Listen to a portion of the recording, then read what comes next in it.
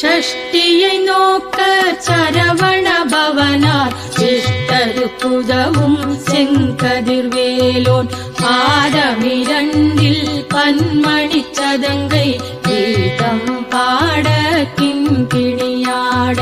ஷஷ்டியை நோக்க சரவண பவனார் சிஷ்டருக்குதவும் செங்கதிர்வேலோன் பாதமிரண்டில் பன்மணி சதங்கை கீதம் பாட கிண்கிணியாட.